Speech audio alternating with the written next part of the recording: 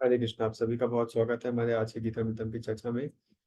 तो मुझे बहुत ही ज़्यादा हर्ष हो रहा है कि हम जो अपने योग के अलग अलग स्तरों की चर्चा को कर रहे थे, आज हम उसका अंतिम सत्र करने जा रहे हैं। और विशेष बात यह है कि इस अंतिम सत्र में हम भगवान की प्रेमा भक्ति के बारे में चर्चा करेंगे। और इस चर्चा को करने के लिए जो संसार में सबसे उत्तम स्थान हो सकता है, हम उसी स्थान पर हैं। तो आज हम वृंदावन के भाव की चर्चा करेंगे, भक्ति की चर्चा करेंगे, वृंदावन के रस की चर्चा करेंगे, वृंदावन के भक्तों की चर्चा करेंगे। और भगवान की कृपा से हम वृंदावन धाम में ही हैं। तो कुछ भगवान की व्यवस्था ऐसी है, ये सबसे उत्तम स्थान है इस चर्चा को करने के लिए। तो आइए हम अपनी आज की चर्चा को आरंभ करते हैं। तो हमने अब तक क्या देखा था, थोड़ा बहुत ही ज्यादा संक्षेप में हम उसको देखने का प्रयास करेंगे और फिर अपनी चर्चा को आज आगे बढ़ाएंगे। तो हमने देखा था कि कैसे अलग अलग स्तर होते हैं। पशु जीवन, कर्म कांड, सकाम कर्म योग, निष्काम कर्म योग, ज्ञान योग, अष्टांग योग, भक्ति योग। फिर उसके बाद हमने देखा था कि पशु जीवन में क्या क्या नियम होते हैं। कोई नियम नहीं, उच्च बुद्धि नहीं, आहार, निद्रा, भय, मैथुन, यही केवल जीवन का उद्देश्य है। और पशु जीवन की गति क्या होती है, या तो निचली योनिया या तो नरकीय ग्रह की प्राप्ति। फिर हमने देखा कर्म कांड में विशेषताएं क्या है, कि व्यक्ति इंद्रिय तृप्ति तो करता है लेकिन नियमित रूप से करता है, शास्त्रों के दिए हुए के नियमों के अनुसार करता है। और अपने स्वार्थपूर्ण इंद्रिय तृप्ति की इच्छाओं को पूर्ण करने के लिए वह जो दैवीय व्यवस्था है उसकी सहायता लेने का प्रयास करता है। वह यह समझता है कि संसार दैवीय शक्तियों से चल रहा है, अगर मैं उनकी शरण लूंगा तो ज्यादा अच्छे से अपनी इंद्रिय तृप्ति कर पाऊंगा। इसीलिए अनेकों प्रकार के शास्त्रों में दिए हुए कर्म कांडों को पालन करता है। लेकिन उसे सर्वोच्च भगवान की, जीवन के सर्वोच्च सिद्धि की कोई समझ नहीं होती है, कोई स्पष्ट समझ नहीं होती है। लेकिन इसके फायदे क्या हैं, कि व्यक्ति कम से कम धार्मिक तो बन जाता है, उसको शास्त्रों में विश्वास होता है, थोड़ा वैराग्य भी होता है क्योंकि अपने आप को संयमित कर रहा है। ब्राह्मणों से जुड़ने के कारण, भक्तों से जुड़ने के कारण उसे उच्च ज्ञान की भी प्राप्ति होती है। और गति क्या होती है, या तो वह सांसारिक समृद्धि को प्राप्त करता है, किसी उच्च कुल में जन्म ले लेगा, अमेरिका में पैदा हो जाएगा, किसी अमीर परिवार में पैदा हो जाएगा, किसी ब्राह्मण कुल में जन्म ले लेगा, या फिर किसी अन्य बहुत ही अच्छे परिवार में पैदा होगा जहाँ उसे अच्छे संस्कार मिल सकते हैं, या फिर स्वर्ग की प्राप्ति करेगा, या फिर किसी उच्च ग्रह में चला जाएगा। सकाम कर्मयोग में हमने देखा, सकाम कर्मयोग में व्यक्ति अपना कार्य करता है लेकिन उस कार्य का कुछ आंशिक लाभ भगवान को अर्पित करता है। उद्देश्य क्या होता है, कि मैं भगवान को कुछ दूंगा क्योंकि मुझे देना चाहिए, उस भावना से दे रहा है। अभी भी व्यक्ति भौतिक इच्छाओं से भरा हुआ है, अभी भी भौतिक भोग इच्छाएं हैं उसके मन में। इसको जीवन के उच्च लक्ष्य के प्राप्ति का आभास तो हो गया है, यह तो समझ गया है कि जीवन का उद्देश्य केवल इंद्रिय तृप्ति नहीं है, कुछ उच्च उद्देश्य भी है। लेकिन क्या उद्देश्य है, कौन है सर्वोच्च भगवान, ये अब तक नहीं समझ पाया है। लाभ क्या है, हृदय की शुद्धि होती है, आध्यात्मिक उन्नति होती है, वैराग्य होता है। गति क्या होती है, स्वर्ग। निष्काम कर्मयोग की विशेषताएं क्या है, कि व्यक्ति कर्म करता है और कर्म के पूर्ण फल को भगवान को त्याग देता है। जो अभ्यासी है उसको जीवन के पारलौकिक उद्देश्य का पूर्ण ज्ञान है, लेकिन सर्वोच्च भगवान कौन है, उनके साथ संबंध कैसे स्थापित होता है, वह पूर्ण ज्ञान अभी तक इसको नहीं है। तो ये अपने कर्म के फलों को त्यागता है प्रायः वैराग्य के आधार पे। लाभ क्या है, बहुत तीव्र शुद्धि होती है क्योंकि कर्मों के फलों को नहीं भोग रहा है, तो कर्मों के नियमों से छुटकारा पाता जाता है। आध्यात्मिक उन्नति होती है और वैराग्य भी आता है। गति क्या होती है, स्वर्ग इत्यादि उच्चलों की प्राप्ति। ज्ञान योग की विशेषता क्या है, कि कर्म योग के अभ्यास से शुद्ध हो चुका है व्यक्ति, ज्ञान में स्थित है, यह समझ गया है कि मैं आत्मा हूँ, यह समझ गया है कि मेरे जीवन का उद्देश्य इस संसार से बाहर निकलना है, उसके लिए ज्ञान का अनुसंधान करता है और ब्रह्म साक्षात्कार करता है। लाभ क्या है, कि भौतिक संसार से वैराग्य और मुक्ति हो जाती है और ब्रह्म का साक्षात्कार हो जाता है। गति क्या होती है, ब्रह्म ज्योति है, सायुज्य मुक्ति। ये सब हम विस्तार से अपने पूर्व सत्रों में बता चुके हैं, तो बहुत ही तेजी से जस्ट रिवीजन कर रहे हैं। अष्टांग योग, व्यक्ति ज्ञान योग से शुद्ध होने के बाद में अब ध्यान के स्तर पर आ गया है और भगवान के ऊपर ध्यान लगाना आरंभ करता है। यम, नियम, आसन, प्राणायाम, प्रत्याहार, ध्यान, धारणा, समाधि इत्यादि के माध्यम से योगी परम भगवान को परमात्मा रूप में समझता है, उनका साक्षात्कार करने का प्रयास करता है, अपने हृदय में उनके ऊपर ध्यान लगाता है। लाभ क्या होता है, कि परमात्मा के स्वरूप को प्राप्त करता है, भगवान को दर्शन कर पाता है, अष्ट सिद्धियां प्राप्त हो जाती है। और अगर परम सौभाग्यशाली हुआ तो हो सकता है इसे भगवान से आकर्षण उत्पन्न हो जाए। अगर भगवान से आकर्षण उत्पन्न हो जाएगा तो अगली स्तर मतलब भक्ति योग की ओर अग्रसर हो जाएगा। ये अष्टांग योगी। भक्ति योगी अंतिम है। भक्ति योगी का मतलब क्या है? भगवान के बारे में पूर्ण ज्ञान हो चुका है। भगवान कौन है यह ज्ञान हो चुका है। वासुदेव सर्वमिति समात्मसु दुर्लभः। इस प्रकार कृष्ण ही परम भगवान है, यह भक्ति योगी समझ चुका है। और नवविधा भक्ति मतलब श्रवण कीर्तन इत्यादि के माध्यम से भगवान को प्रसन्न करने का प्रयास करता है। ना तो इसको कर्म में कोई आसक्ति है, ना कर्म के फल में कोई आसक्ति है। तो कर्म और कर्म का फल दोनों भगवान को अर्पित कर देता है। किस आधार पे? भगवान से प्रेम संबंध के आधार पे। भगवान के साथ शाश्वत संबंध बनाने का प्रयास करता है, आनंद की प्राप्ति करता है और भगवत धाम को प्राप्त होता है। भगवान के साथ भगवान का परिकर बन के किसी एक रस में स्थित हो जाता है, भगवत प्रेम को प्राप्त करता है। उसके बाद हमने देखा था कि कैसे ये सब अलग अलग योगों में, तो अगर आप देखेंगे सकाम कर्म योग में कर्म का फल को भगवान को अर्पित करते हैं। निष्काम कर्म योग में कर्म फल से विरक्ति आ जाती है। ज्ञान योग में कर्म से भी विरक्ति आ जाती है, आत्म साक्षात्कार में स्थित हो जाता है, ब्रह्म साक्षात्कार हो जाता है। अष्टांग योग में कर्म कर्म का फल दोनों से विरक्ति तो है ही, ब्रह्म का साक्षात्कार है ही, प्लस भगवान पर ध्यान लगा के अपने हृदय में परमात्मा रूप का ही साक्षात्कार करता था योगी। और भक्ति योग का स्तर क्या है? जब भगवान के नाम रूप गुण लीला को जानकर भगवान के साथ संबंध में स्थित होकर भगवान की प्रेममय भक्ति आरंभ कर देता है, सेवा आरंभ कर देता है। और सत चित और आनंद अपने तीनों ही जो लक्षण है उनका पूर्ण साक्षात्कार पूर्ण अनुभव कर पाता है जीवात्मा। हमने देखा था कि वैसे तो पशु जीवन से भक्ति योग के स्तर पर आना बहुत लंबा समय लगता है, बहुत। 84 लाख योनियों में केवल 4 लाख मनुष्यों की योनियां है। उन 4 लाख में भी अधिकतर असभ्य हैं। उनमें से कुछ सभ्य हैं जो कर्म कांड करते हैं, उनमें से अधिकतर हैं जो भगवान से केवल बिजनेस रिलेशनशिप रखते हैं कि मैं तुमको ये दूंगा बदले में मुझको ये चाहिए। बहुत कम है जो सचमुच में केवल भगवान को कुछ दे पाते हैं वापसी में कुछ ना पाने की इच्छा से सकाम कर्मयोगी बनते हैं, लेकिन वो भी कुछ ही दे पाते हैं क्योंकि अपने कर्मों से और भोग की इच्छा से लिप्त हैं। उनमें से भी बहुत कम होते हैं जो निष्काम कर्मयोगी बन पाते हैं, जो सब कुछ भगवान को दे देते हैं। उनमें से बहुत कम है जो ध्यान ज्ञान योगी बन पाते हैं, ध्यान योगी बन पाते हैं, और बहुत ही विरल है कोई भक्ति योगी बन पाता है। लेकिन कोई किसी भी स्तर पर हो, अगर उसने भगवान के शुद्ध भक्तों का संग किया है तो वो सीधा भक्ति योग के स्तर पर आ जाता है। यह भगवान के शुद्ध भक्तों के संग का पूर्ण लाभ है। तो हम सब भी निश्चित रूप से पिछले जन्म में शायद हम में से कुछ योगी रहे हो, बट मोस्ट ऑफ अस, हमें पिछले जन्म में कोई अष्टांग योगी तो शायद नहीं रहा होगा, ज्ञान योगी भी शायद नहीं रहा होगा। लेकिन हाँ, इस जन्म में हमें भगवान के शुद्ध भक्तों का संग मिला, प्रभुपाद जी उनके प्रतिनिधियों का संग मिला, प्रभुपाद जी की पुस्तकों का संग मिला। तो उसी कारण हम लोग सीधा शुद्ध भक्ति के स्तर पर आने का प्रयास कर रहे हैं, लाइक दैट। तो हमने फिर निष्काम कर्मियों का भक्तियों के बीच में अंतर देखा था। निष्काम कर्मयोग अपनी इच्छा अनुसार कर्म होता है, भक्ति में भगवान की इच्छा अनुसार कर्म होता है। निष्काम कर्मयोग कर्म का फल भगवान को अर्पण करता है, भक्ति योग में भी करता है। लेकिन निष्काम कर्मयोग में कर्म का फल भगवान को वैराग्य के आधार पर अर्पित करता है, भक्ति योग में प्रेम के आधार पर अर्पित करता है। निष्काम कर्मयोग में कर्म का फल कब मिलता है? आध्यात्मिक लाभ कर्म पूरा होने के बाद भगवान को देने के बाद मिलता है। लेकिन भक्ति योग में क्योंकि कर्म ही भगवान की प्रसन्नता के लिए किया गया है, इसलिए कर्म को आरंभ करते ही पुण्य लाभ मिल जाता है। निष्काम कर्म योग, अगर कर्म विफल हो जाए तो कोई फल नहीं मिलता। भक्ति योग में पूर्ण लाभ मिलता है अगर कर्म विफल भी हो जाए तो। क्यों? क्योंकि भगवान की प्रसन्नता के लिए कर्म किया गया। जैसे जटायु, जटायु अपने कर्म में तो विफल हुए, लेकिन फिर भी भगवान के धाम चले गए। क्यों?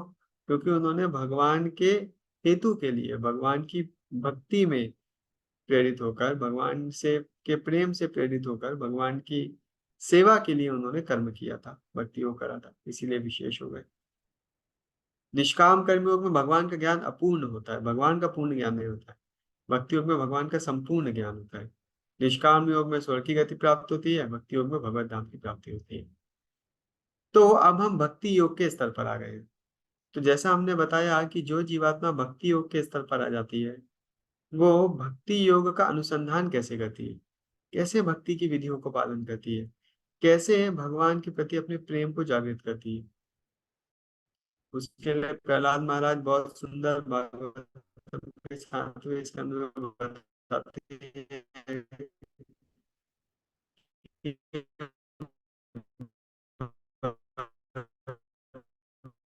भक्ति की 9 विधियां हैं। 9 आवाज क्लियर नहीं आ रही प्रभु जी। श्रवण कीर्तन पूजन 9 अलग अलग स्तर है बता। जब हम भगवान के बारे में, भगवान थोड़ा बेहतर भी माता जी, हरे कृष्णा, अभी बेहतर है? हाँ अब ठीक है। जी प्रभु जी, अभी जैसे आवाज आ रही ओके, ठीक। देखिए, श्रवणम का मतलब क्या है? जब हम भगवान के शुद्ध भक्तों से, भगवान के प्रामाणिक भक्तों से भगवान के बारे में श्रवण करते हैं। क्या श्रवण करते हैं? भगवान के तत्व के बारे में श्रवण करते हैं। जैसे हम लोग भगवत गीता पढ़ रहे हैं, तो भगवत गीता में हम लोग भगवत तत्व को समझने का प्रयास कर रहे हैं। हम समझने का प्रयास कर रहे हैं कि भगवान कौन है, भगवान को कैसे जान सकते हैं, भगवान के क्या क्या ऐश्वर्य हैं, भगवान कैसे इस प्रकृति के संपर्क में आते हैं, भगवान कैसे इस प्रकृति के परे हैं, भगवान कैसे इस पूरी प्रकृति के स्रोत हैं, पूरी प्रकृति के उद्देश्य हैं, और पूरी प्रकृति के सबसे उत्तम पुरुष भी हैं। तो हम भगवत तत्व को समझने का प्रयास कर रहे हैं, भगवान को समझने का प्रयास कर रहे हैं, ये भी श्रवणम है। हम भगवान के भक्तों से भगवान की कथा सुनते हैं, प्रामाणिक भक्तों से, जो कि स्वयं अपने जीवन में भगवत प्रेम को उजागर करने का प्रयास कर रहे हैं, जो स्वयं अपने जीवन में भगवत प्रेम से प्रेरित होकर ठाकुर जी की प्रेमामय भक्ति सेवा में लगे हुए हैं। हम जब ऐसे भक्तों से भगवान के बारे में श्रवण करते हैं, तो वो भी श्रवणम कहलाता है। भगवान का लीला श्रवण हम कर रहे हैं। हम भगवान के कीर्तन का भी श्रवण हम कर सकते हैं। भगवान के शुद्ध भक्तों से भजन सुनते हैं, स्तुतियां सुनते हैं, प्रार्थनाएं सुनते हैं, तो हम ये भी श्रवणम कहलाता है। तो भगवान के भक्तों का गुणगान भी श्रवणम कहलाता है। जैसे आप देखिए, भागवतम में भगवान का तो गुणगान है ही, लेकिन विशेषकर भगवान के महान भक्तों का भी बहुत सुंदर गुणगान किया गया है। जैसे ऐसा सुंदर वर्णन आता है कि जब रामायण के आरंभ में वाल्मीकि मुनि रामायण की रचना करते हैं, और वह रामायण को लव और कुश को सिखाते हैं, गा गा के सारी दुनिया को सुनाने के लिए। लव और कुश जब रामायण गा रहे होते हैं, तो भगवान राम सुन लेते हैं उनका गान, और इतना मधुर उनका गान होता है कि उनका गान सुनने मात्र से ही लोगों को ऐसा अनुभव होता है कि वे राम की लीला में प्रवेश कर गए हैं। कोई रोता है, कोई हंसता है, कोई आंसू बहाता है, कोई भाव विभोर हो जाता है। जब भगवान राम यह सुनते हैं, तो भगवान राम लव और कुश को अपने सभा में बुला लेते हैं, और लव और कुश को राम कथा रामायण कहने का आदेश देते हैं। और भगवान राम अपने सब अयोध्या वासियों से कहते हैं कि यह लव और कुश जो गाने जा रहे हैं, उसे बहुत ध्यान से सुनिए, क्योंकि ये महान भक्तों के जीवन का गुणगान करने जा रहे हैं। मतलब भगवान राम के लिए रामायण का मतलब क्या है? राम के लिए रामायण राम का गुणगान नहीं है। राम के दृष्टिकोण से रामायण राम के परम भक्तों का गुणगान है। रामायण वह शास्त्र है जिसमें सीता का गुणगान है, सीता की परम भक्ति का गुणगान है, हनुमान की परम भक्ति का गुणगान है, जटायु की भक्ति, शबरी की भक्ति, गुहा की भक्ति, प्रयागराज वाले केवट की भक्ति, विभीषण की शरणागति, अयोध्या वासियों की भक्ति, वनवासियों की भक्ति, वानरों की भक्ति। तो ये महान भक्तों के जीवन चरित्र का गुणगान कर रहा है, इसीलिए ये रामायण। तो भगवान के महान भक्तों का गुण सुनना भी श्रवणम कहलाता है, और वह भी हमारे हृदय को उतना ही शुद्ध करता है जितना भगवान का कथा श्रवण शुद्ध करता है। इसीलिए भगवान के महान भक्तों का कथा श्रवण भी करना चाहिए। जब हम भगवान के महान भक्तों के जीवन चरित्रों के बारे में सुनते हैं, तो हमारे हृदय में भगवान के भक्ति के प्रति प्रेरणा आती है, कि कैसे भगवान के महान भक्त भगवान के प्रेम में विह्वल होकर अपना सर्वोच्च सब कुछ भगवान को समर्पित कर देते हैं। इसीलिए आप देखेंगे, भागवतम महान भक्तों का गुणगान है। प्रहलाद का गुणगान है, नारद का गुणगान है, कुंती महारानी का गुणगान है, भीष्म पितामह की शरणागति का गुणगान है, ध्रुव महाराज की दृढ़ता का, भक्ति में दृढ़ता का गुणगान है। हाँ, कैसे अजामिल ने एक नारायण नाम ले लिया, तो भगवान के नाम का गुणगान है। ऐसा पूरा भागवतम भगवान के महान भक्तों के गुणगान से ही भरा पड़ा है। तो भगवान के तत्व का श्रवण करना, भगवान की लीला का श्रवण करना, भगवान के भक्तों के जीवन का श्रवण करना, भगवान के धाम की महिमा का श्रवण करना, भगवान के नाम की महिमा का श्रवण करना, भगवान के नाम का श्रवण करना, यह सब अलग अलग प्रकार के श्रवण है जो हमारे हृदय को शुद्ध करते हैं। भागवत में बहुत सुंदर लिखा हुआ है कि अपने हृदय में जो इतने अनर्थ हैं, काम क्रोध लोभ मोह इतने अभद्र हैं, उनको शुद्ध करने का सबसे सरल साधन क्या है? तो भागवतम कहता है, नष्ट प्रायेषु अभद्रेषु नित्यम भागवत सेवया भगवती उत्तम श्लोके भक्तिर भवति नैष्ठिकी। कि हमें अगर अपने हृदय में अपने हृदय के अभद्रों को नाश करके नैष्ठिकी भक्ति में स्थिर होना है, तो उसका सबसे सरल साधन क्या है? नित्यम भागवत सेवया। हम नित्य रूप से श्रीमद् भागवतम का श्रवण करें, मतलब नित्य रूप से भागवत गीता, भागवतम इत्यादि जो भगवान का गुणगान है, हम उसका नित्य रूप से श्रवण करेंगे तो निश्चित रूप से हमारा हृदय निर्मल हो जाएगा। उस निर्मल हृदय में भगवान की नैष्ठिकी भक्ति स्थिर हो जाएगी। एक अन्य स्थान में भागवतम में कहते हैं, शृण्वताम स्व कथा कृष्ण पुण्य श्रवण कीर्तना। कि जो कृष्ण का कीर्तन है, कृष्ण का श्रवण है, बहुत ही पुण्य है ये। भागवतम के दूसरे श्लोक में कहते हैं कि शुश्रूषोषद दानस्य, हाँ, स्याद महत सेवया विप्रा। जब भगवान के महान भक्तों की सेवा करते हैं, भगवान का श्रद्धा पूर्वक हम श्रवण करते हैं, तो क्या होता है? हमारे हृदय में भगवान के प्रति आकर्षण उत्पन्न हो जाता है। भागवतम में कहते हैं, सद्यो हृदय अवरुद्धते अत्त कितभी सुमित तक्षणात्।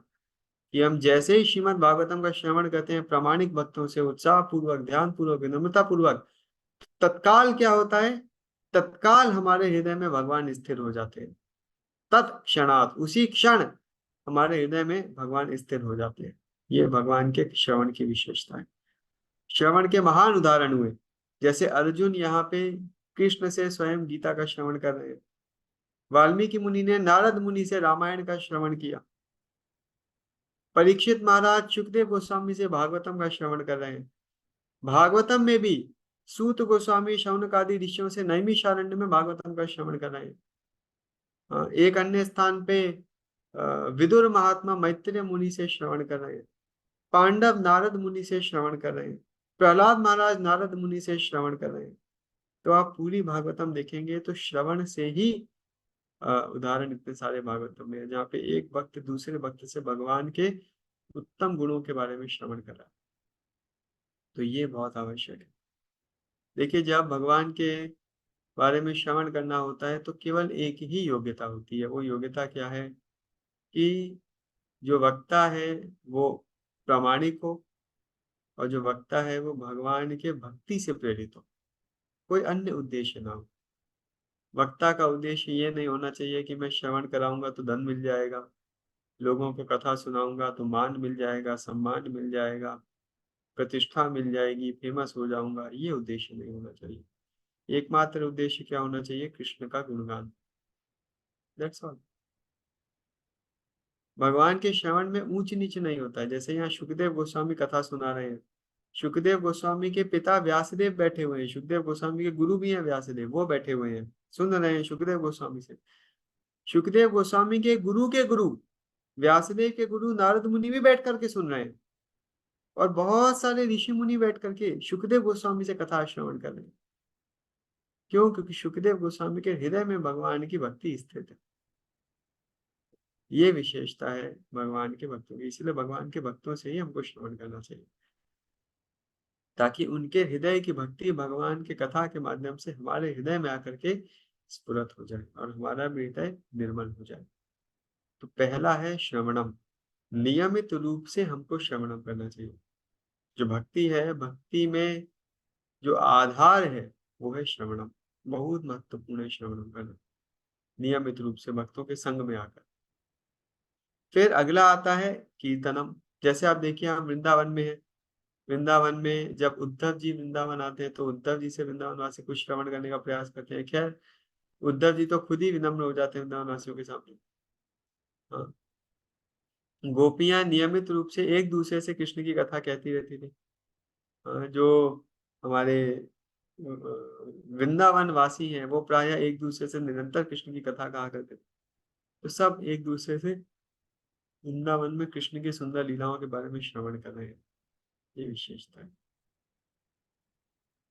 अगला आता है कीर्तनम, भगवान के नाम और कथा का कीर्तन करना, नाम जप करना।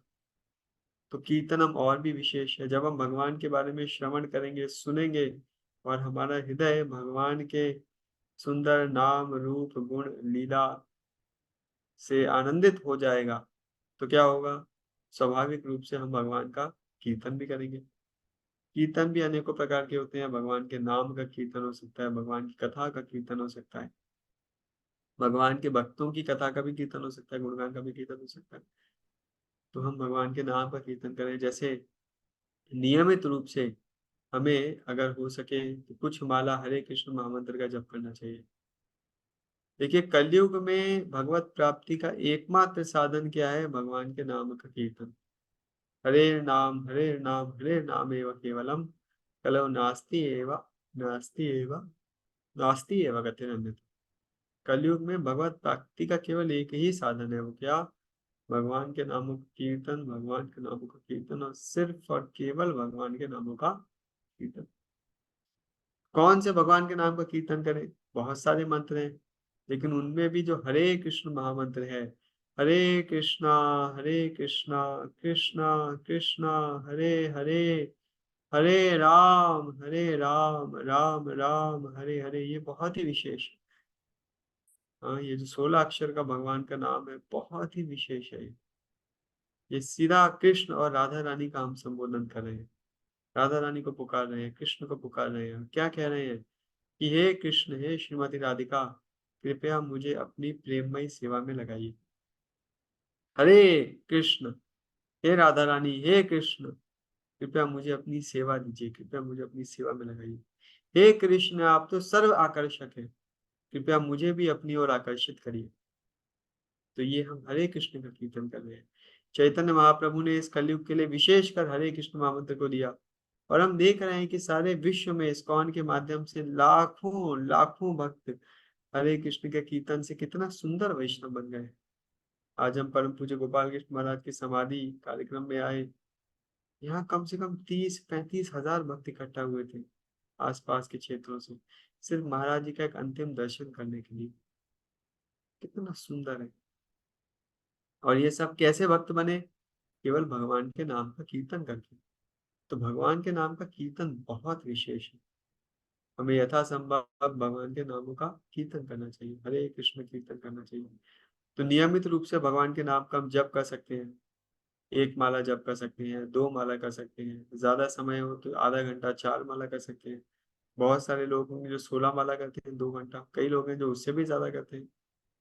तो लेकिन हमको नियमित रूप से कम एक माला तो हरे कृष्ण महामंत्र का जप करना चाहिए। मैं तो कहता हूँ कम से कम 2 माला करना चाहिए।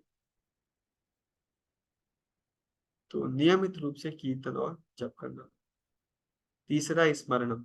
जब हम भगवान का श्रवण करेंगे, जब हम भगवान का कीर्तन करेंगे, तो स्वाभाविक रूप से हमें भगवान का स्मरण होगा।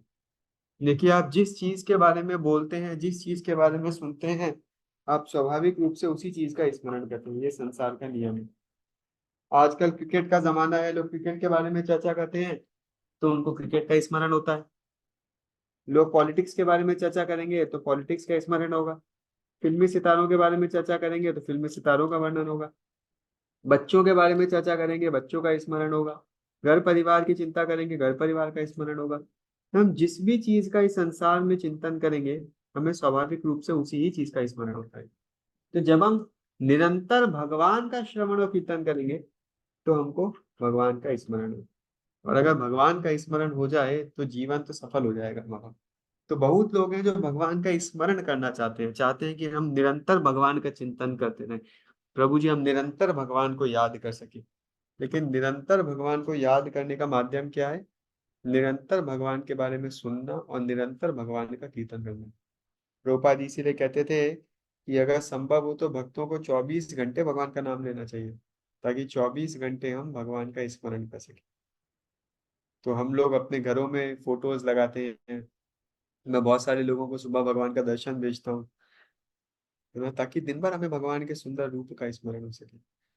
कई लोग अपने मोबाइल का वॉलपेपर भगवान का फोटो लगाते हैं, कई अपने घरों में भगवान के कैलेंडर लगाते हैं, कई अपनी टेबल पर भगवान का फोटो रख लेते हैं। कुछ ना कुछ हम ऐसा करें कि निरंतर हमें भगवान का दर्शन हो या श्रवण हो या कीर्तन हो, और निरंतर भगवान का स्मरण हो। अगर हम भगवान का स्मरण करेंगे, स बाह्य मंत्र शुचि, केवल भगवान का स्मरण करने मात्र से हम आंतरिक रूप से पूर्णतः शुद्ध हो जाते हैं। तो स्मरण, ये बहुत महत्वपूर्ण है। किसने भगवान का स्मरण करा? जैसे कीर्तन श्रवण के उदाहरण हमने बताया, सुखदेव गोस्वामी इत्यादि। कीर्तन का उदाहरण कौन है? स्वयं चैतन्य महाप्रभु। कीर्तन के उदाहरण हुए सुखदेव गोस्वामी, जो भगवान का कथा कीर्तन कर रहे हैं। स्मरण के उदाहरण कौन हुए? स्मरण के उदाहरण है हमारे प्रहलाद महाराज, जो निरंतर भगवान का स्मरण कर रहे हैं, है ना। अगला आता है वंदनम। वंदनम मतलब भगवान को प्रणाम करना, हाँ, भगवान को स्तुतियां करना। तो भागवतम में बहुत सारी सुंदर स्तुतियां हैं। प्रथम स्कंद में कुंती महारानी की स्तुति है, भीष्म पितामह की स्तुति है, परीक्षित महाराज की स्तुति है। दूसरे स्कंद में ब्रह्मा जी की स्तुतियां हैं। हाँ, अलग अलग बहुत सुंदर, प्रत्येक स्कंद में सुंदर स्तुतियां हैं भगवान की। हम इनमें से कुछ स्थितियों को याद कर सकते हैं, और वो स्तुतियां भगवान के आनंद के लिए गा सकते हैं। हमारे वैष्णव आचार्यों ने बहुत सारे सुंदर गीत लिखे हैं भगवान के गुणगान में। हम इन गीतों को स्मरण कर सकते हैं, और चलते फिरते, उठते बैठते, खाते पीते सोते, इन गीतों को गा सकते हैं।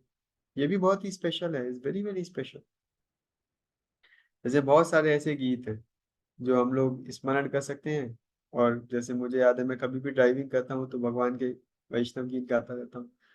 हम लोग स्नान करने जाते हैं तो कीर्तन लगा लेते हैं, कीर्तन सुनते रहते हैं। कभी कुकिंग करते हैं, मैं आजकल खुद अपना कुकिंग कर रहा हूँ, तो कुकिंग करते करते भगवान की कथा सुनता रहता हूँ। बहुत सुंदर है अगर हम कुछ स्तुतियां याद कर सकें। आप भगवान का जब दर्शन लेने जाते हैं, तो अगर आपको भागवतम से कुछ स्तुतियां याद हैं, देखिए आप जैसे ही भगवान के भागवतम इत्यादि में लिखे हुए महान भक्तों द्वारा गाई हुई स्तुतियों को जैसे ही आप पढ़ते हैं, तुरंत भगवान देखते हैं, अरे ये तो मैंने सुना, ये तो कुंती महारानी की स्तुति गाई थी, क्या कुंती महारानी है क्या? तो भगवान तुरंत देखते हैं कि भाई कुंती महारानी की स्तुतियां कौन गा रहा है, क्योंकि कुंती महारानी भगवान को बहुत प्रिय है। जब कोई प्रहलाद महाराज की स्तुतियां गाता है, तो भगवान को प्रहलाद महाराज का स्मरण आ जाता है।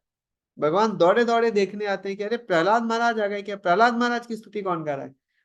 और जब भगवान किसी को प्रहलाद महाराज की स्तुति गाते देखते हैं, तो उसको खूब प्रसन्न हो जाते हैं भगवान। क्यों? क्योंकि प्रहलाद महाराज भगवान को बहुत प्रिय है। ये भक्त प्रहलाद महाराज की स्तुति गा के भगवान को प्रहलाद महाराज का स्मरण करा।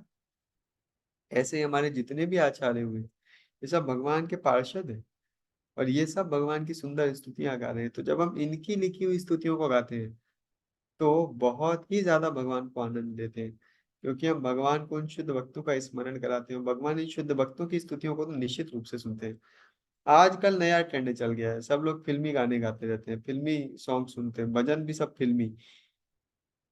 फिल्मी गाना सुन के भगवान उतना आकर्षित नहीं होते हैं, क्योंकि भाई भगवान भी स्तुति उससे सुनते हैं जिसको भगवान से प्रेम है। ये भगवान के महान भक्तों ने प्रेम में भरकर भगवान की स्तुति गाई है, तो वो स्तुति तत्व के अनुसार भी सही है। आजकल तो मैं देखता हूँ इतने गंदे गंदे लोग भजन बना दिए हैं, राधा कृष्ण को तो ऐसा बना दिया है कि कुछ पूछो ही नहीं, इतना चीप बना दिया है। नहीं, ऐसे आप ऐसे भगवान को आकर्षित थोड़े कर सकते हैं। भाई भगवान को आकर्षित करना है तो आप तत्व के अनुसार, जो शास्त्रों में सिद्धांत है उसके अनुसार अपने प्रेम को व्यक्त करिए। और वो करने का सबसे सरल तरीका क्या है? जो महान आचार्यों ने, महान भक्तों ने स्तुतियां गाई हैं, जगह जगह पे वर्णित है, आप उनको स्मरण करिए, उनको अर्पित करिए। अगर आपको थोड़ी सी भी स्तुतियां याद होंगी, जो जब भगवान के सामने जाएंगे, तो स्वाभाविक रूप से आप वही स्तुति गाएंगे, जो भगवान को बहुत आनंद देगा। जैसे यहाँ ब्रह्मा जी भगवान को स्तुति गा रहे हैं ब्रह्म लीला के बाद में, लाइक दैट। देखिए इसीलिए भागवतम में कहते हैं महाजन येन गता सपंथा, कि अगर हमको भगवान की भक्ति करनी है, तो हमको महाजनों के पथ का अनुगमन करना चाहिए। महाजन क्या है? जो भगवान के महान भक्त, जिन्होंने अपनी भक्ति से भगवान को प्राप्त कर लिया। हमें ऐसे महान भक्तों के उदाहरण का अनुसरण करना चाहिए, स्वयं विधि नहीं निकाल लेनी चाहिए। जैसे ब्रह्मा जी एक महाजन है, तो कैसे ब्रह्मा जी ने भगवान को स्तुति करी, हम उसको अध्ययन कर सकते हैं। अगला आता है पाद सेवनम। पाद सेवनम मतलब भगवान के चरणों की सेवा, और विशेषकर भगवान के भक्तों की सेवा, क्योंकि भगवान के चरण हमेशा भगवान के भक्तों के आश्रय रहते हैं। तो भगवान के भक्त जो सदैव भगवान के चरणों पर आश्रित रहते हैं, ऐसे भक्तों की सेवा करना भगवान को बहुत आनंद देता है। तो कोई बोले पाद सेवना मतलब हम दिन भर ठाकुर जी के चरणों में फूल चढ़ाते रहें, यस वो भी है, लेकिन और भी ज्यादा उत्तम है कि हम ठाकुर जी की सेवा साथ साथ भगवान के भक्तों की सेवा करें जो भगवान को बहुत प्रिय है ना, जो सदैव भगवान के चरणों का स्मरण करते रहते हैं, जो अपने हृदय में स्व अंत स्तेना गदाभिता, जो अपने हृदय में भगवान को लेके चलते हैं, अपने हृदय में भगवान के चरणों को धारण करके चलते हैं। जब हम ऐसे भक्तों की सेवा करते हैं तो भगवान के चरणों की सेवा मानी जाती है। अगला आता है अर्चनम। अर्चनम मतलब विग्रहों की सेवा करना। हाँ, जैसे मंदिर है हम लोगों के यहाँ, हमारा इस्कॉन मंदिर है, इसमें हम सुंदर श्री श्री राधा रमन बिहारी की इतनी आनंद के साथ में, इतनी भव्यता के साथ में सेवा करते हैं। ठाकुर जी को 6 बार भोग लगाया जाता है। ठाकुर जी को रोज हमारे यहाँ मंदिर में माताएं हैं जो पुष्प की मालाएं बनाती हैं भगवान को अर्पण करने के लिए। ठाकुर जी की आरती होती है, इतना सुंदर श्रृंगार होता है, आपने से कई लोग भगवान का दर्शन भी लेते होंगे डेली। तो भगवान के विग्रहों की सेवा करना, क्यों? क्योंकि जो भगवान का विग्रह है, प्रतिमा नहीं, तुम्हें साक्षात ब्रजेंद्र नंदन चैतन्य चेतामृत में आता है कि जो भगवान का विग्रह है वो साक्षात भगवान है, भगवान से अभिन्न है वो। साक्षात भगवान की जब हम सेवा करते हैं विग्रहों के रूप में, तो वो बहुत विशेष है। विग्रहों की सेवा हम कैसे कर सकते हैं? हम विग्रहों की सेवा स्वयं भी कर सकते हैं, या फिर विग्रहों की सेवा उन भक्तों को असिस्ट करके भी कर सकते हैं जो विग्रहों की सेवा कर रहे हैं। जैसे बहुत सारे भक्त हैं, हम लोग मंदिर में ठाकुर जी की इतनी सुंदर सेवा करते हैं, भक्त लोग उसमें असिस्ट करते हैं, दैट इज ऑल्सो विग्रह सेवा। तो हम सब मिल करके विग्रहों की सेवा कर रहे हैं। कई बार लोग समझते हैं कि विग्रह की सेवा मतलब मेरे घर में विग्रह होने चाहिए, मेरे छोटे लड्डू गोपाल होने चाहिए, मेरे अपने राधा कृष्ण होने चाहिए, मेरे सीताराम लक्ष्मण हनुमान होने चाहिए, मेरे विग्रह होने चाहिए। मेरे विग्रह ठीक है, लेकिन उससे भी अधिक उत्तम है अगर हम जो मंदिर है जहाँ पर स्थापित विग्रह है, जहाँ पर शुद्ध भक्तों ने प्राण प्रतिष्ठा करी है, जहाँ पे निरंतर भगवान की सेवा चल रही है, अगर हम उन विग्रहों को अपना मान लें, ये बहुत उत्तम है कि जो मंदिर के विग्रह हैं ये मेरे विग्रह हैं। इन विग्रहों की कैसे उत्तम से उत्तम सेवा हो सकती है, ये मुझे सुनिश्चित करना चाहिए। तो विग्रहों की सेवा कैसे कर सकते हैं? सबसे सुंदर विग्रहों के लिए कीर्तन गाना। विग्रहों की इतनी सारी सेवाएं हैं, हम उसमें कुछ सहयोग कर सकते हैं। कुछ लोग माला बनाना चाहें माला बना सकते हैं, भोग बनाना चाहे भोग बना सकते हैं, झाड़ू पोछा लगाए मंदिर में आकर के, वो भी विग्रहों की सेवा है। जो लोग ब्राह्मण दीक्षा लिए हैं इस्कॉन में, विग्रहों की आरती कर सकते हैं, विग्रहों का श्रृंगार कर सकते हैं। कुछ नहीं है तो विग्रहों की सेवा में इतनी सारे संसाधनों की आवश्यकता होती है, हम उन संसाधनों को दे सकते हैं। कोई घी दे सकता है, कोई फल दे सकता है, कोई सब्जी दे सकता है, कोई अनाज दे सकता है, कोई ड्राई फ्रूट दे सकता है, कोई बत्ती दे सकता है, कोई पुष्प दे सकता है, अनेकों अनेकों चीजें हैं। बहरहाल, कहने का तात्पर्य यह है कि विग्रहों की सेवा करना, हम लोग जो मंदिर बनाते हैं उसका उद्देश्य क्या है? वो भक्ति का एक अंग है। उसमें मंदिर के माध्यम से अर्चनम, जो विग्रहों की अर्च विग्रहों की जो सेवा है उसको हम करते हैं। और ये अर्चनम भी शास्त्रों के अनुसार होता है, ऐसा नहीं है हम अपने मन से कोई भी विधि बना लें उसका पालन करें। शास्त्रों में नंद नारद पंचरात्र का विधि इत्यादि शास्त्र है, वहां पर जो अर्चनम की विधि दी है, हम उस विधि के अनुसार जब विग्रहों की सेवा करने हैं तो सबसे उत्तम होता है। अगला आता है दास्यम। दास्यम मतलब दास्य भाव में भगवान की सेवा करना, जैसे हनुमान जी कर रहे हैं, है ना। हनुमान सदैव अपने को प्रभु का दास माने, राम काज करिबे को आतुर, प्रभु चरित्र सुनिबे को रसिया, राम लखन सीता मन बसिया। हाँ। हनुमान जी सदैव अपने को भगवान का तुच्छ दास मानकर भगवान की विशेष सेवा में लगे हुए। तो भगवान को अपना स्वामी मानकर भगवान की सेवा करना दास भाव में, ये दास्यम है। अगला आता है साख्यम, जैसे वृंदावन, जैसे अर्जुन कृष्ण के सखा हैं, लेकिन इसका असली अगर आपको अनुभव लेना है तो वो वृंदावन की लीला में मिलता है, जहाँ पे गोप कृष्ण को अपना सखा मान रहे हैं। कृष्ण के साथ कुश्ती भी लड़ रहे हैं, खेल भी रहे हैं, कृष्ण को खिला भी रहे हैं, कृष्ण के हाथों खा भी रहे हैं। कोई कोई कृष्ण के कंधे पे चढ़ के भी कुश्ती कर रहा है, कोई कोई कृष्ण के साथ में कुछ हंसी मजाक भी कर रहा है। तो ये दास्य है, हम सखा के रूप में कृष्ण की सेवा कर पा रहे हैं। लेकिन ये जो स्तर हैं, ये स्तर भक्ति के उच्च स्तर है। कोई अभी ही बोले कि प्रभु जी मैं तो आज से कृष्ण मेरे सखा हैं, आज से कृष्ण मेरे बालक हैं, देखिए वो सहज हो जाता है, वो सेंटिमेंटल होता है। जो प्रामाणिक भक्ति का भाव है, जब हम साधना भक्ति करते हैं, जब हम नियमित रूप से श्रवण कर रहे हैं, कीर्तन कर रहे हैं, सेवा कर रहे हैं, तो भगवान के महान भक्तों, गुरु इत्यादि की कृपा से स्वयं हमारे हृदय में स्फूर्ति होता है कि हमारा भगवान के साथ में क्या संबंध है, और फिर उस संबंध में स्थिर होकर हम भगवान की नित्य सेवा में लगते हैं। ये भक्ति के बहुत उच्च स्तर है, सहज नहीं है ये। हर कोई कोई सोचे, एक मुझे फैमिली मिली, वो बोले पूजे हमने तो लड्डू गोपाल को ही अपना बेटा मान लिया है, तो क्या करते हैं, लड्डू गोपाल को अपने बिस्तर में अपने साथ सुलाते हैं। ये शास्त्रों में नहीं लिखा हुआ है। कोई बोले लड्डू गोपाल हमारे बच्चे हैं, तो हम लड्डू गोपाल को अपने डाइनिंग टेबल में बिठा के खिलाते हैं। हम टीवी देखते हैं तो लड्डू गोपाल भी टीवी देखते हैं, चैनल बदलेगा तो लड्डू गोपाल ने चैनल बदला।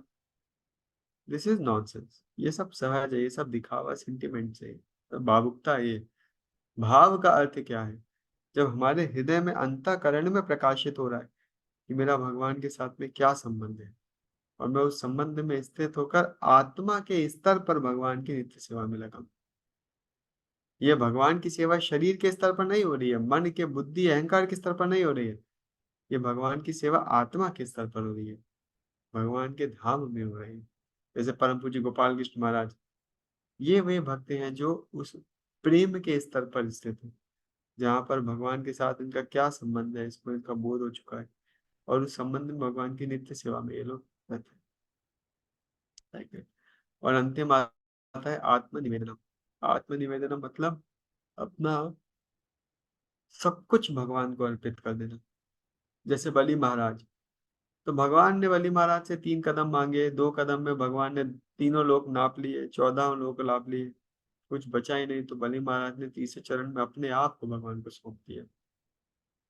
जैसा सुंदर भक्ति विनोद ठाकुर इतना सुंदर गीत गाते हैं। भक्ति विनोद ठाकुर कहते हैं, मानस देहोगे हा जो किछु मोह, आर पिलु तुवा पदे नंद किशोर, विपदे संपदे जीवाने मरा, दाय मम गेलो तुवा उपद भराने, मारो भी राखो भी जो इच्छा तुहार, नित्य दास प्रति तुवा अधिकार। भक्ति विनोद ठाकुर कह रहे हैं कि मानस देहो गया जो किछु मोर, हे प्रभु मेरा मन, मेरा तन, मेरा धन, मेरा यौवन, मेरा सब कुछ मैंने आपको दे दिया। जो कुछ मेरा था वो सब कुछ आपको दे दिया।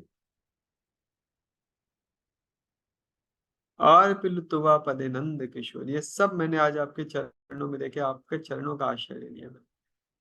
अब मुझे संसार में विपत्ति आए, संपत्ति आए, जिंदा रखो, मारो, जो करना है आप करो, दाय ममा गेलो तो वाहु पद भरने, कि हे प्रभु आपकी जो इच्छा आप इस संसार में मेरे साथ में करो। आज से मैं आपका हो गया। अपने आप को भगवान को दे देना कि हे प्रभु आज से मैं आपका हूँ, आज से मैं अपने आप को आपको सौंपता हूँ, आप ही मेरे नाथ हो। आत्मनिवेदन, पूर्णतः अपने आप को भगवान को अर्पित कर देना, ये सबसे उच्चतम स्तर है भक्ति का। तो ये जो नवविधा भक्ति है, ये नवविधा भक्ति जब हम करते हैं तो हमारे हृदय में भगवान के लिए प्रेम उत्पन्न होता है, और उस प्रेम से हम भगवान के धाम जाते हैं, और इसी प्रकार भगवान के साथ अपने नित्य संबंध में स्थित होकर भगवान की प्रेमा भक्ति सनातन काल के लिए, शाश्वत काल के लिए दिव्य आनंद को प्राप्त करते हैं। तो ये प्रेमा भक्ति के बारे में भगवान भगवत गीता में बताएंगे। तो भगवान अभी हम तीसरा अध्याय कल से अपने श्लोकों के ऊपर चर्चा को आगे बढ़ाएंगे। तो भगवान सबसे पहले श्लोकों की चर्चा में कर्म कांड बताएंगे, फिर कर्म कांड के बाद में कर्मयोग बताएंगे, सकाम कर्मयोग, फिर निष्काम कर्मयोग बताएंगे, फिर ज्ञान योग बताएंगे, फिर ध्यान योग बताएंगे, और फिर भक्ति योग बताएंगे। पहले अपने तत्व के बारे में बताएंगे, अपने ऐश्वर्यों के बारे में बताएंगे, फिर अपनी प्रेमा भक्ति के बारे में बताएंगे। तो भगवान ये सब सिद्धांत भगवद गीता में चर्चा करते हैं, और फिर इस सिद्धांत को और आगे, तो यहाँ तो भगवान बताते हैं कि मेरे भक्त कैसे होते हैं, लेकिन उन भक्तों का वर्णन, भगवान के साथ लीलाओं का वर्णन, भगवान के भक्तों की भक्ति का वर्णन, वो श्रीमद् भागवतम में आता है। तो हम जब गीता पे चर्चा समाप्त कर लेंगे तो फिर श्रीमद् भागवतम पे चर्चा करेंगे। अब हम भगवान के महान भक्तों के चरित्र को भी देखेंगे। हरे कृष्णा। तो इस प्रकार ये जो भगवान अलग अलग योग के स्तरों के बारे में बता रहे हैं, हमने पिछले 3 सत्रों में उनको देखा कि कैसे पशु तुल्य जीवन से बढ़ते बढ़ते बढ़ते बढ़ते बढ़ते व्यक्ति भक्ति योग के स्तर पर आता है, और फिर भक्ति योग के भी कैसे अलग अलग नवविधा भक्ति होती है। और यह सब संभव होता है कैसे? केवल शुद्ध भक्तों की कृपा से। अगर हम अपने प्रयासों से चाहें भगवान को पाने तो संभव नहीं है। भगवान को पाने का एकमात्र माध्यम क्या है? जैसे श्रील भक्ति विनोद ठाकुर कहते हैं, कृष्ण से तोमार कृष्ण देते पार तुम्हार शक्ति आछे। ये जो भगवान के महान भक्त हैं श्रील प्रभुपाद जी जैसे, कृष्ण इनकी संपत्ति है। कृष्ण अपनी संपत्ति नहीं है, कृष्ण अपने खुद के मालिक ही नहीं है। कृष्ण तो अपने भक्तों के पराधीन है। भगवान स्वयं कहते हैं अहम भक्त पराधीन। भगवान अपने भक्तों के पराधीन है। तो भगवान किसकी संपत्ति है? अपने भक्तों की संपत्ति है। तो भगवान के वे भक्त जिनकी संपत्ति स्वयं भगवान है, वे जब हमसे प्रसन्न होते हैं तो हमें भगवान दे देते हैं। तो हम ऐसे भगवान के भक्तों की कृपा से भगवान को प्राप्त कर सकते हैं। That is the perfection of life. ये जीवन की सार्थकता है जो हमको प्राप्त करनी है। हरे कृष्णा कृष्णा कृष्णा हरे हरे, हरे राम राम राम हरे हरे। तो अपनी आज की चर्चा को यहीं पर विराम देंगे। हम अपने